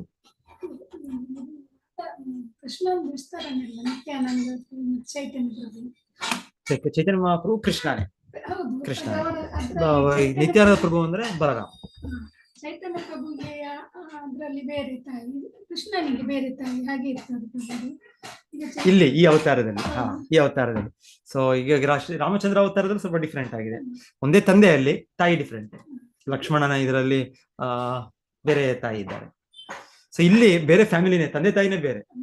ಸೊ ನಿತ್ಯಾನಂದ ಪ್ರಭು ನೋಡಿದ್ರೆ ಆಕ್ಚುಲಿ ಹೇಳ್ತಾರೆ, ಇನ್ನೊಂದು ರೀತಿಯಲ್ಲಿ ಚೈತನ್ಯ ಮಹಾಪ್ರಭು ಅವರ ಅಣ್ಣನಾಗಿ, ಚೈತನ್ಯ ಮಹಾಪ್ರಭು ಮೊದಲ ಇದು ವಿಶ್ವರೂಪ ಅಲ್ಲ ವಿಶ್ವಾಂಬರ ಚೈತನ್ಯ ಮಹಾಪ್ರಭು ಹೆಸರು. ಅವರ ಅಣ್ಣ ವಿಶ್ವರೂಪ. ಸೊ ವಿಶ್ವರೂಪ ಕೂಡ ಬಲರಾಮನ ವಿಸ್ತರಣೆ. ವಿಶ್ವರೂಪ ಕೂಡ ಅವರು ನಂತರ ಅವರು ಸನ್ಯಾಸವನ್ನು ಸ್ವೀಕರಿಸ್ತಾರೆ. ಮತ್ತೆ ಅವ್ರು ಮೊದಲೇ ಅವರು ಅದೃಶ್ಯರಾಗ್ತಾರೆ ಪಂಡರಾಪುರದಲ್ಲಿ ಒಂದ್ ಕಡೆ. ಸೊ ಹೇಳ್ತಾರೆ, ಅದಾದ್ಮೇಲೂ ಕೂಡ ಅವರ ಅಂಶವು ಬಂದು ನಿತ್ಯಾನಂದ ಪ್ರಭುಗೆ ಸೇರುತ್ತೆ ಅಂತ. ಯಾರು ಚೈತನ್ಯ ಮಹಾಪ್ರಭು ಒಡ ಹುಟ್ಟಿದ ಅಣ್ಣ ವಿಶ್ವರೂಪ. ನಂತರ ಇವರು ವಿಶ್ವಾಂಬರ ಚೈತನ್ಯ ಮಹಾಪ್ರಭು. ಸೊ ಆ ರೀತಿಯಲ್ಲೂ ಇದೆ. ಆದ್ರೆ ನಿತ್ಯಾನಂದ ಪ್ರಭು ವಿಶೇಷವಾಗಿ ಮುಖ್ಯವಾಗಿ ಅವರು ಇವರೆಲ್ಲ ವಿಸ್ತರಣೆಗಳು. ಈ ಚೈತನ್ಯ ಮಹಾಪ್ರಭು ಲೀಲೆಯಲ್ಲಿ ಚೈತನ್ಯ ಮಹಾಪ್ರಭು ಇದ್ದಾರೆ, ಕೃಷ್ಣನೇ ಸಾಕ್ಷಾತ್. ನಿತ್ಯಾನಂದ ಪ್ರಭು ಇದ್ದಾರೆ, ಬಲರಾಮ. ಚೈತನ್ಯ ಮಹಾಪ್ರಭು ಅಣ್ಣನಾಗಿ ವಿಶ್ವರೂಪ, ಅವರು ಕೂಡ ವಿಸ್ತರಣೆ. ಹಾಗೆ ಅದ್ವೈತಾಚಾರ್ಯ ಮಹಾವಿಷ್ಣು. ಮತ್ತೆ ಮುಂದೆ ಬರುತ್ತೆ ನಿತ್ಯಾನಂದ ಪ್ರಭು ಮಗನಾಗಿ ವೀರಭದ್ರ ಅಂತ ಬರ್ತಾರೆ. ಅವರು ಕ್ಷೀರೋದಕಶಾಹಿ ವಿಷ್ಣು. ನಾವೇನು ಹಾಲಿನ ಸಮುದ್ರದಲ್ಲಿ ಇರುವ ವಿಷ್ಣು ರೂಪ ಅಂತ ಹೇಳಿದ್ರೆ ಅವರ ಅವತಾರ. ಮತ್ತೆ ಇನ್ನೊಬ್ಬರು ಬರ್ತಾರೆ ಮೀನಕೇತನ ರಾಮದಾಸ್, ಅವರು ಶೇಷ ಅವತಾರ. ಸೊ ಎಷ್ಟೋ ವಿಸ್ತರಣೆಗಳೆಲ್ಲ ಅವರು ಕೂಡ ಭಗವಾನ್ ಕೃಷ್ಣನ ಎಷ್ಟೋ ವಿಸ್ತರಣೆಗಳು ಇವರೆಲ್ಲ ಬಂದು ಒಂದೊಂದು ರೂಪಗಳು ಭಕ್ತರಾಗಿ ಧಾರಣೆ ಮಾಡೋದು. ಸೊ ಚೈತನ್ಯ ಮಹಾಪ್ರಭು ಲೀಲೆ ತುಂಬಾ ಅವತಾರ ವಿಸ್ಮಯಕರವಾದದ್ದು. ಈಗ ಹೇಳ್ತಾರೆ, ಈ ಅವತಾರದಲ್ಲಿ ಭಗವಂತನೇ ಭಕ್ತನಾಗಿ ಬರೋದರಿಂದ ಎಲ್ಲ ಬೇರೆ ಬೇರೆ ಅವತಾರಗಳ ಭಕ್ತರೆಲ್ಲ ಬರ್ತಾರೆ. ಶ್ರೀರಾಮಚಂದ್ರನ ಪರಮ ಭಕ್ತನಂದ್ರೆ ಹನುಮಾನ್, ಆಂಜನೇಯ. ಸೊ ಅವರು ಬಂದು ಅವತರಿಸಿದ್ರು. ಮುರಾರಿ ಗುಪ್ತ ಅವರು ಅವತರಿಸಿದ್ರು. ಮತ್ತೆ ಕೃಷ್ಣನ ಸಂಗಡಿಗರು ಯಾರ್ಯಾರು ಇದ್ರು, ಅರ್ಜುನ, ಅವರೆಲ್ಲ ರಾಮಾನಂದ ರಾಯ್, ಹಾಗೆ ಅವರೆಲ್ಲ ಬಂದು ಅವತರಿಸಿದ್ರು. ಮತ್ತೆ ನರಸಿಂಹ ರೂಪದಲ್ಲಿ ಪ್ರಹ್ಲಾದ್ ಮಹಾರಾಜ. ಸೊ ಅವರು ಬಂದು ಅವತರಿಸಿದ್ರು. ಹರಿದಾಸ್ ಠಾಕೂರ್ ಆಗ ಇನ್ನೊಂದು. ಸೊ ಹೀಗೆ ಹೇಳ್ತಾರೆ, ಈ ಅವತಾರದಲ್ಲಿ ಭಗವಂತನು ಅವನೇ ಭಕ್ತನಾಗಿ ಬಂದು ಮಾಡೋ ಚಟುವಟಿಕೆಗಳು, ಅವನ ಬೇರೆ ಬೇರೆ ಅವತಾರದಲ್ಲಿ ಇರೋ ಭಕ್ತರು ಕೂಡ ಬಂದು ಪಾಲ್ಗೊಳ್ತಾರೆ. ಇದೊಂದು ವಿಶೇಷ ಚೈತನ್ಯ ಮಹಾಪ್ರಭು ಅವತಾರ, ಚೈತನ್ಯ ಮಹಾಪ್ರಭು ನಿತ್ಯಾನಂದ ಪ್ರಭು ಅವತಾರ. ಎನಿವೆ ಶಾಸ್ತ್ರದ ಉಲ್ಲೇಖ ಇದೆ, ಶಾಸ್ತ್ರದಿಂದ ನಾವು ಸ್ವೀಕರಿಸ್ತೀವಿ ಇದನ್ನ. ಹಾಗೆ ಆಚಾರ್ಯರು, ದೊಡ್ಡ ದೊಡ್ಡ ಆಚಾರ್ಯರು, ನಮ್ಮ ಶಿಲ ಪ್ರಭುಪಾದರಂತ ಮಹಾತ್ಮರು, ಸೊ ಅವ್ರು ಹೇಳೋದ್ರಿಂದ ನಾವು ಅದನ್ನ ಸ್ವೀಕರಿಸ್ತೀವಿ. ಹರಿದಾಸ್ ಠಾಕೂರ್ ಅವರು ಯಾರ ಅವತಾರ ಏನಾದ್ರು ಪ್ರಭುಜಿ? ಹಾ, ಹರೇ ಕೃಷ್ಣ, ಹೇಳಿ ಮಾತಾಡಿ. ಹರಿದಾಸ್ ಠಾಕೂರ್ ಯಾರ ಇದು ಅವತಾರ? ಸೊ ಒಂದೊಂದ್ಸಲ ಹೇಳೋದು ಬ್ರಹ್ಮನ ಅವತಾರ ಅಂತ ಹೇಳ್ತಾರೆ, ಅದೇ ಬ್ರಹ್ಮಾಜಿ. ಒಂದೊಂದ್ಸಲ ಪ್ರಹ್ಲಾದ್ ಮಹಾರಾಜರ ಶಕ್ತಿ ಕೂಡ ಇದೆ ಅವರಲ್ಲಿ, ಅದು ಕೂಡ ಹೇಳೋದು. ಅದೇ ಒಂದೊಂದ್ಸಲ ಈ ಅವತಾರ ಅವರ ಸಂಪೂರ್ಣ ಅವರ ಅವತಾರವೇ ಇರ್ಬೋದು, ಇಲ್ಲಾಂದ್ರೆ ಅವರ ಶಕ್ತಿ, ಅವರ ಗುಣಗಳಿರ್ಬೋದು, ಈ ರೀತಿ ಎಲ್ಲ ಇರೋದು. ಈಗ ಪಾಂಡವರ ಬಗ್ಗೆ ಕೂಡ ಹೇಳೋದು, ಅವರು ಒಂದು ಅಂಶ ದೇವತೆಗಳ ಅಂಶ ಅಂತ ಹೇಳ್ತಾರೆ, ಇನ್ನೊಂದು ಅಂಶ ಸಾಕ್ಷಾತ್ ಭಗವಂತನ ನಿತ್ಯ ಸಂಗಡಿಗರ ಅಂಶ ಅಂತ ಹೇಳ್ತಾರೆ. ಸೊ ಹೀಗೆ ಎಲ್ಲ ಇರುತ್ತೆ.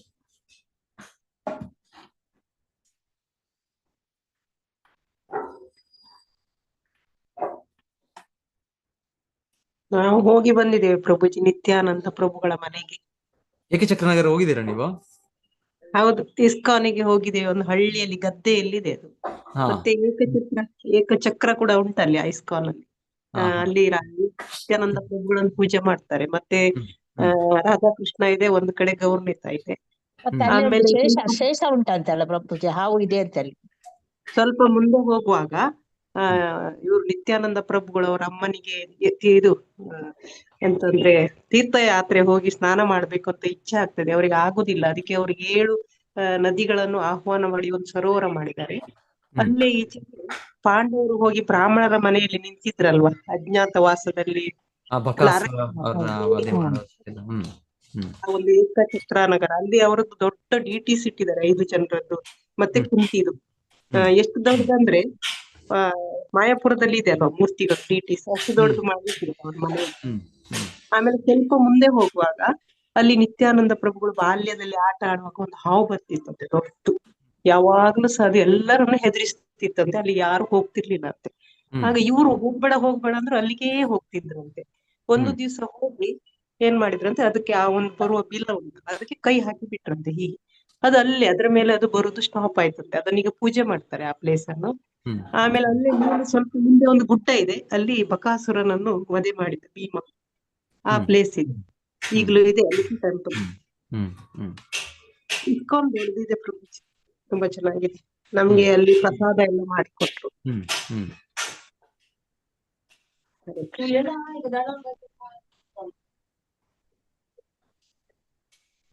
ಆ ಬಕಾಸುರಂದು ಅದು ತೊಡೆದು